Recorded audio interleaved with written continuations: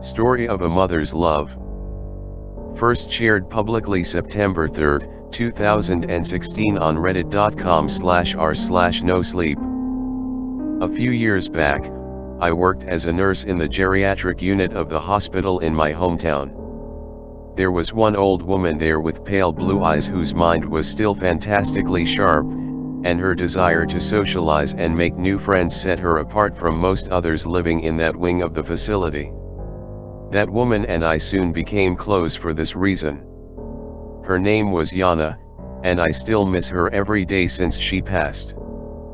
The strangest thing about Yana was not her accent, which I could only place vaguely as Eastern European, nor her disinclination to talk about her past, which means I never learned exactly where she had grown up. No, what fascinated me the most was that a strange young man, badly mutilated and plainly blind and mute, would visit her every single day.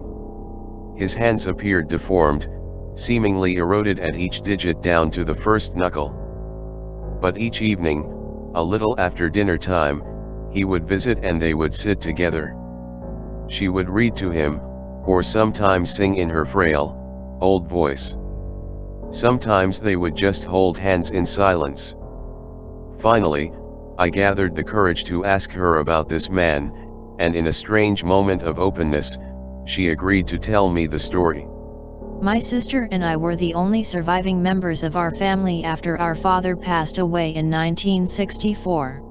These were very hard times for my old country, and father had grown so sick that we were eventually forced to allow him to starve, rather than waste food to comfort him as he inevitably died.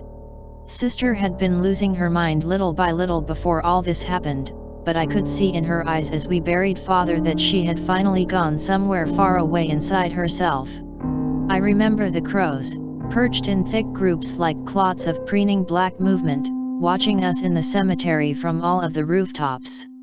We moved to bury father quickly, because the crows were as hungry as we were.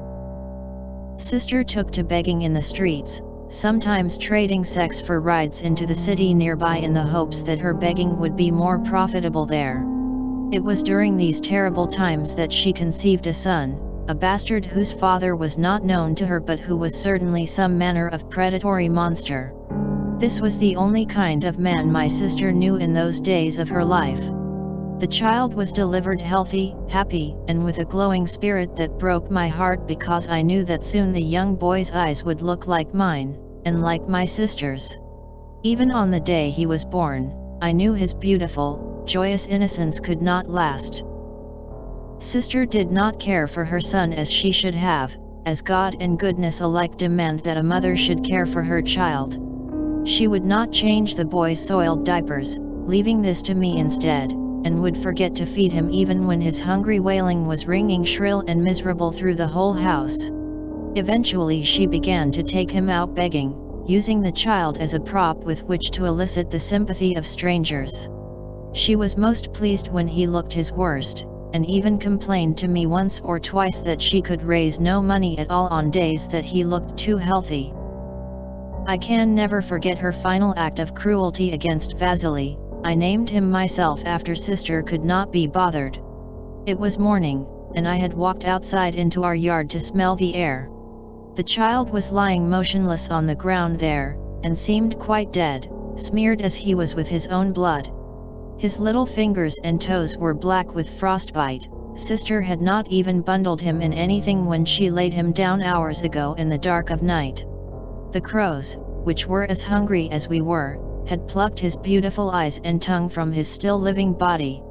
I grabbed him up with tears already pouring down my cheeks, thinking that I had claimed a corpse. It was only when he stirred against my breast that I realized he might be saved. I swaddled him as warmly as I could, and fed him something before rushing him down to the home of the town's only doctor.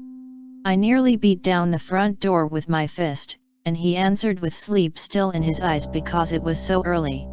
I paid him with all of the heirloom jewelry from mother that I had been able to hide from sister over the years.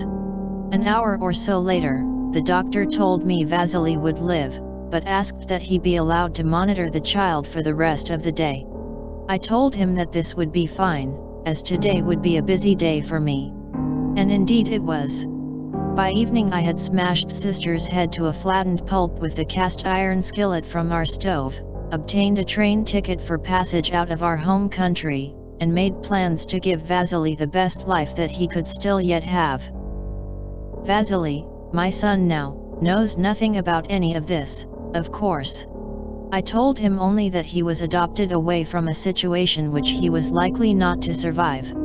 The mirthful optimism I saw on his face when he was born survives to this day inside his heart.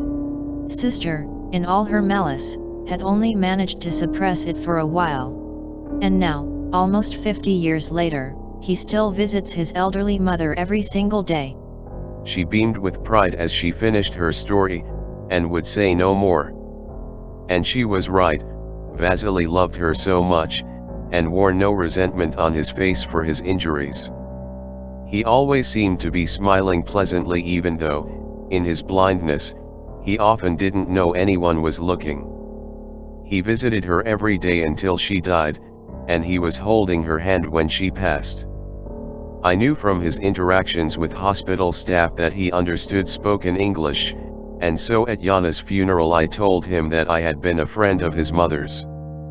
I told him that she was the most amazing, wonderful woman I had ever met.